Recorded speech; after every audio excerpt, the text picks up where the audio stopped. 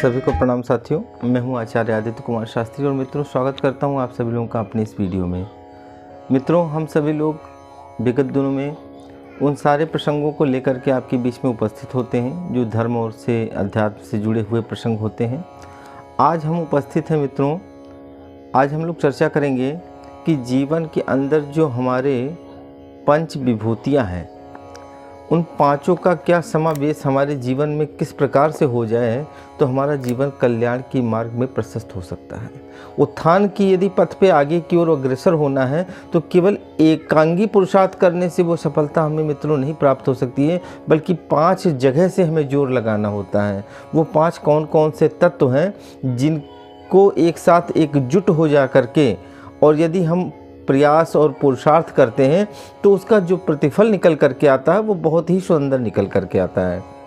आइए इसी विषय पे आज हम लोग चर्चा करेंगे कि वो जो पंच पुरुषार्थ हैं हमारे जीवन के वो कौन कौन से हैं।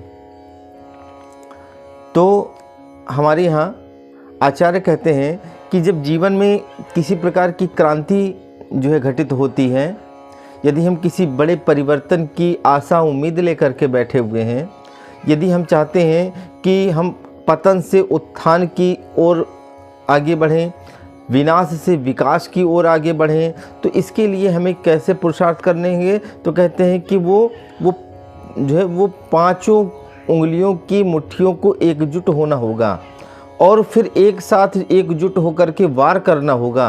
तो जो वो 5 मिल कर के वार किया जाएगा, कहते हैं फिर उसका जो है परिणाम बड़ा सुंदर आएगा।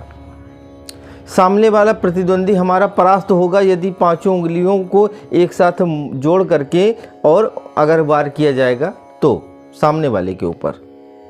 इसी प्रकार से आचार्य बतलाते हैं कि जिस प्रकार उस महाभारत के अंदर उन 5 पांडवों की बातें होती हैं, उन 5 पांडवों ने ही मिलकर के इस पूरे महाभारत को संपन्न किया।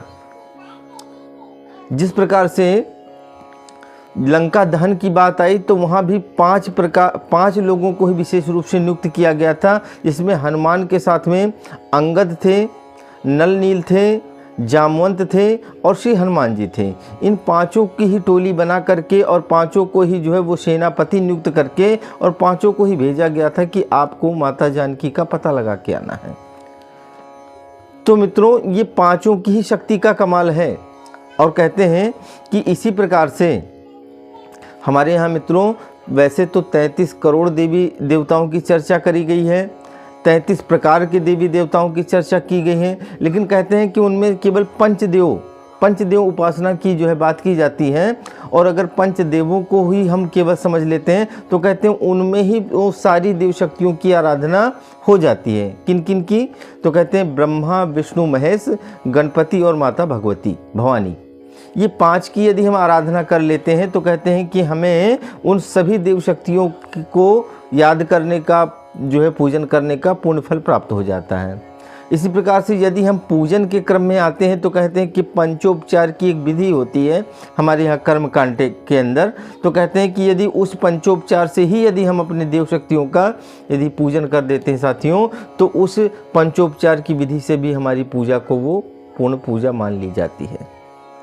इसी प्रकार से मित्रों हमारे शरीर के अंदर भी बताते हैं कि ये 5 कर्मेंद्रियां हैं और 5 ज्ञानेंद्रियां हैं। अब इनको ये जीवन की गाड़ी को घसीट करके ये चाहे तो आपको उस गड्ढे में गिरा दे में और चाहे तो ये ऊंचाइयों पे ले जा करके आपको शिखरस्थ कर दे में। ये 5 का कमाल किसका है? तो कहते हैं मन, बुद्धि, चित्त, अहंकार, इन 5 जो भीतर के अंतःकरण चतुष्टय कह करके पुकारते हैं। मन उन सभी का राजा होता है और 5 जो हमारी कर्म इंद्रियाँ हैं, हमारी नासिकाएँ हैं, हमारे नेत्र हैं, हमारे मुखारबिंद हैं, हमारे कर्ण हैं, ये 5 मिल करके जो हैं ये 5 कर्म इंद्रियाँ, 5 ज्ञान इंद्रियाँ, इन 5 का अपन आपस में एक जोड़ा है।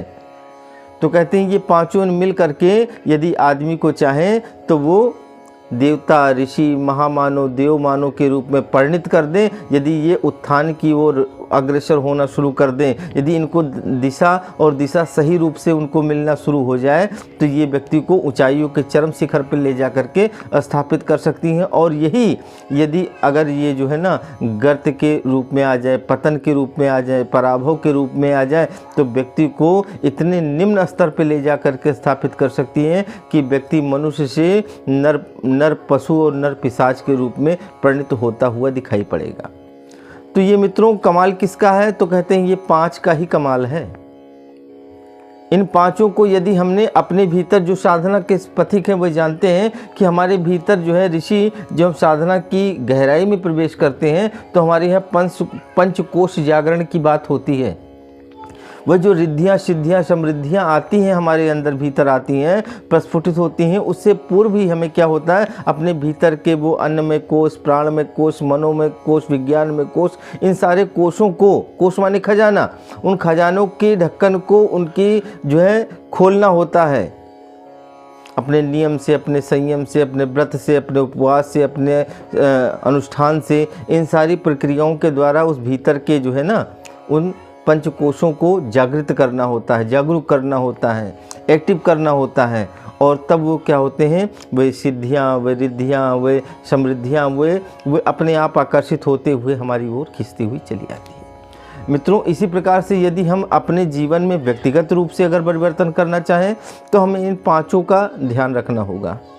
अगर हम कुछ समाज के अंदर बड़ा परिवर्तन देखना चाहते हैं, परिवार के अंदर, समाज के अंदर, राष्ट्र के अंदर, देश के अंदर, इस पूरी सृष्टि और पूरी समष्टि के अंदर यदि हम परिवर्तन का कोई स्वप्न देखना चाहते हैं तो हमें केवल एकांगी प्रयास करने से यह सफलता नहीं प्राप्त हो सकती है। इसे हमें जो है ना वो पंच प्यालों के रूप में, पंचामृत के रूप में, पंचरत्न के रूप में हमको जो है ना वो एकत्रित होना होगा, संगठित होना होगा, और 5 जगह से इनका प्रयास किया जाएगा तो वहाँ जो है फिर परिणाम आएगा। पहले को हम क्या कहते हैं, तो कहते हैं कि पहले को हम धन कहते हैं। एक धन का बड़ा बल होता है। जो वैभव समृद्धशाली व्यक्तियों की बात आती है ना, सामर्थ्यवान लोगों की बात आती है ना, तो सामर्थ्यता केवल एक मायने में आकलन नहीं किया जा सकता कि व्यक्ति जो है बहुत सामर्थ्यवान है। केवल उसके पास में जो है ना केवल धन का यदि बल आ जाए तो हम उसको केवल धनी मात्र कह सकते हैं, उसको हम सामर्थ्यवान नहीं कह सकते हैं। लेकिन उस धन के साथ में यदि उसके अंदर विवेक भी आ जाए, ज्ञान भी आ जाए तो, और उसी के साथ में उसके अंदर कोई ऐसी योग्यता आ जाए, उसी के साथ में उसके अंदर कोई ऐसी पद की गरिमा उसको प्राप्त हो जाए, तो हम उसको क्या कहते हैं कि साहब वो सामर्थ्यवान व्यक्ति है। वो व्यक्ति कैसा है, वो सामर्थ्यवान व्यक्ति है। तो मित्रों, कहने का भाव जो है वो सिर्फ मात्र इतना ही है कि हम किसी भी प्रकार की क्रांति को यदि अपने जीवन में हमें घटित होते हुए यदि हम चाहते हैं तो उसके लिए हमें 5 पुरुषार्थ करने होते हैं। पहले को हम कहते हैं धन रूपी। पहले को हमें धन को क्या करना है मित्रों, धन को, जो कमाए हुए धन है उनको हमें सत्य मार्ग के ऊपर ही उनको हमें संचय करने की आवश्यकता है। उसका एक अंश कहीं ना कहीं हमको जो है लगाने की आवश्यकता है। उसकी सार्थकता तब ही प्राप्त हो सकती है, अतिरिक्त कोई दूसरा मार्ग नहीं है, कोई दूसरा मार्ग नहीं है। यदि आपको परमात्मा ने धन से जो है संपन्न कर रखा है तो उस अपनी कमाई हुई पूंजी का एक अंश हमको जो है ना लोक हित के लिए, लोक मंगल के लिए, लोक कल्याण के लिए आपको वो समर्पित करना है। आगे, अगर धन का हमारे पास अभाव है, धन नहीं है, पर परमात्मा ने हमको शारीरिक रूप से बलिष्ठ कर रखा है, बल का हमारे पास में आधिक्य है, बल की सामर्थ्य है, तो उस बल को हमें ऐसी जगह पे नियोजित करना है मित्रों जहाँ असहायों को, पीड़ितों को, दलितों को, दुखियों को, असहायों को जो है प्रताड़ित किया जा रहा हो, वहाँ उस बल का प्रयोग होना चाहिए मित्रों। अन्यथा वो बल फिर किस कार्य का? अगर वो हमारा धन मित्रों यदि निर्धनों के कार्य में नहीं आ सका तो वो धन हमारा किस कार्य का? हमारा बल यदि असहायों का, पीड़ितों का, गरीबों का यदि उत्थान करने में, उनकी मदद करने में, उनका सहयोग करने में यदि वह बल कार्य में नहीं आया तो मित्रों वो बल किस कार्य का? तीसरे बल को हम लोग क्या कहते हैं? ज्ञान का बल। ज्ञान का बल मित्रों, यदि हमारे पास ज्ञान है, परमात्मा ने हमको विवेक दिया है, ज्ञान दिया है, तो उस ज्ञान को क्या करना है, वहाँ उसे बोना है। कहाँ? जहाँ अशिक्षित लोग हैं, अज्ञानी लोग हैं, जो भोले भाले लोग हैं, वहाँ अपने ज्ञान को जो है बांटने की ज़रूरत है, बिखेरने की ज़रूरत है। वो कई गुना अधिक मात्रा में आपको परिवर्तित होकर के प्रस्तुत होगा। चौथे की बात करें मित्रों, तो चौथे को कहते हैं सामर्थ्य। यदि आपके अंदर परमात्मा ने आपको कोई विभूति, कोई योग्यता, कोई आपके अंदर ऐसा कौशल्य दे रखा है, बहुत सारे योग्यताएं व्यक्ति को गॉड गिफ्टेड मिलती हैं, तो उस कौशल का भी विकास हमको क्या करना है, वहाँ नियोजित करना है। और अंतिम में पांचवें को हम विज्ञान कह करके बुलाते हैं। मित्रों, विज्ञान का तात्पर्य है कि ये जो भौतिक हमारे पास चीज़ें हैं, इनकी सार्थकता को हमें जो है ना, वो विश्व कल्याण के रूप में नियोजित करने की आवश्यकता है। यदि ये पंच पुरुषार्थ मित्रों हम लोग मिल करके और करने का और एकजुट हो करके लगाने का प्रयास करेंगे, तो आप देखेंगे एक आश्चर्यजनक परिवर्तन हमारे जीवन में घटित होता हुआ दिखाई पड़ेगा। मित्रों, यदि इसी बातों को आप अपने परिवार के ऊपर अथवा अपने जीवन के ऊपर, इन बातों को आप घटा करके देख सकते हैं, यथार्थ में ये बातें सिद्ध होती हुई आपके सामने प्रस्तुत होंगी। आपके परिवार के अंदर किसी भी प्रकार का विघटन आ गया है, परिवार के अंदर तनाव आ गया है, परिवार के अंदर जो है वो विचारों की विकृति आ गई है, मनमुटाव हो गया है, ऐसी यदि समस्या आ गई है, तो वहाँ पांचों को लगाना पड़ेगा। अपने भीतर के जो अंतःकरण चतुष्टय है ना, उनको नियोजित करके उसको जो है ना एक दिशा में लगाना पड़ेगा। आप देखिए ना, आपको अपने मन से भी उसे प्रेम करना पड़ेगा, अपने भावनाओं से भी स्नेह करना पड़ेगा, अपनी वाणी से भी उससे प्यार करना पड़ेगा, और अपने आचरण से भी और अपने व्यवहार से भी उसके साथ में जो है लगाव रखना पड़ेगा। वो व्यक्ति आपका कायल हो जाएगा, आपका गुलाम हो जाएगा, आपका अपना हो जाएगा। तो मित्रों, आचार्य के द्वारा ये हम लोगों को मार्गदर्शन प्राप्त हुए हैं, और ये हमें वेद, शास्त्र, पुराण, उपनिषद हम लोगों को ये सूत्र के रूप में देते हैं कि ये जो पांचों का आपस में जो ये संपुट है, पांचों उंगलियों के जो आपस में मेल है, इन पांचों को यदि एक साथ में प्रयोग किया जाएगा और कहीं एकांगी प्रयोग किया गया, तो इसका प्रतिफल नहीं प्राप्त हो सकता है। अगर पूरा लाभ हमें लेना है मित्रों, तो इन पांचों को जो है ना आपको एक साथ प्रयोग करना पड़ेगा। पंचामृत का स्वाद लेना है, तो उसके अंदर दूध, दही, घृत, शहद, गंगा जल, इन सारी चीज़ों को मिलाना पड़ेगा, तभी पंचामृत का आप जो है पान कर सकते हैं। तो मित्रों, हम लोगों को भी गहनतापूर्वक और इन विषयों को जानना है, समझना है, क्योंकि ये अध्यात्म के सूत्र वो सूत्र हैं जो ऋषि प्रणीत करते हैं अपने श्रीमुख से। वेदों में, शास्त्रों में, पुराणों में ऐसे प्रसंग हम लोगों को मिलते हैं।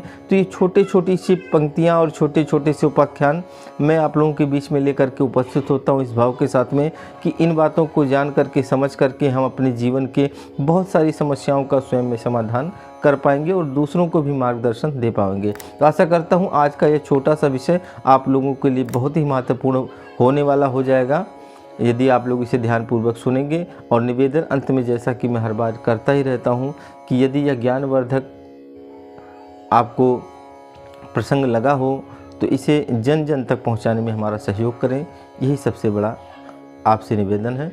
इसी भाव के साथ अपनी वाणी को विराम। सभी को सादर प्रणाम।